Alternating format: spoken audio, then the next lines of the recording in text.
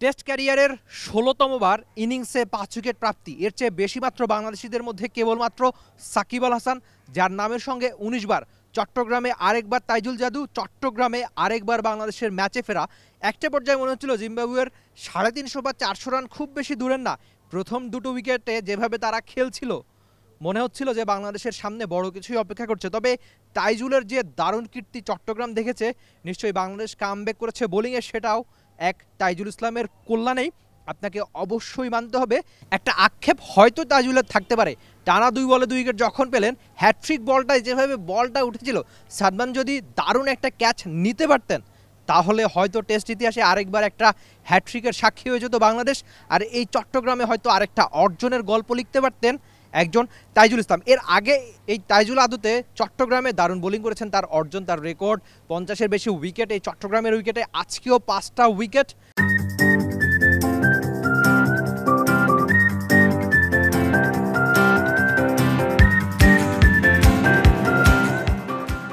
একটা পর্যায়ে মনে হচ্ছিল যে জিম্বাবুয়ে আজকে কত রান করবে প্রথম ইনিংস, যেহেতু আমরা জানি যে চট্টগ্রামের এই মাঠে টেস্টে প্রথম ইনিংসে গড় রান ৩৮০-র বেশি।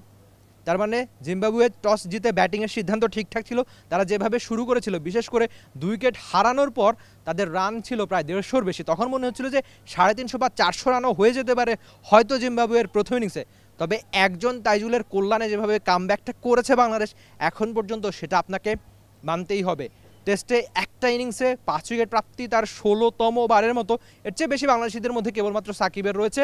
তবে আদতে সবচেয়ে যেটা পাওনা বাংলাদেশের বোলিং, একটা দারুণ কামব্যাক, যেটা বাংলাদেশ নিশ্চয়ই পেয়েছে কেবলমাত্র তাইজুলের দারুণ বোলিংয়ের কল্যাণে। আপনি হয়তো নাইমের দারুণ বোলিংয়ের কথা বলতে পারেন, কিংবা তানজিম সাকিবের প্রথম টেস্ট ক্রিকেটের উইকেট, বা নাইমের বলেই দারুণ ওই ক্যাচের গল্প, কিন্তু আদতে বাংলাদেশকে ম্যাচে ফিরিয়েছে কিন্তু একজন তাইজুল ইসলাম, যিনি তার ১৬তম বারের মতো ইনিংসে পেলেন ৫ উইকেট। আর একটা সময় হয়তো সাকিব আল হাসান তো টেস্ট ক্রিকেটে ২৫০ উইকেট পাননি, তাইজুল ইসলাম যেহেতু বাংলাদেশিদের মধ্যে সবচেয়ে দ্রুততম ২০০ উইকেট লাভ করেছেন, একটা সময় হয়তো সাকিবকে টপকে প্রথম আর একমাত্র বাংলাদেশি হিসাবে ২৫০ টেস্ট উইকেট স্পর্শ করতে পারেন কিন্তু একজন তাইজুল ইসলাম। সিলেটের একটা প্রেস কনফারেন্সের গল্প হুট করে মনে পড়ে গেল।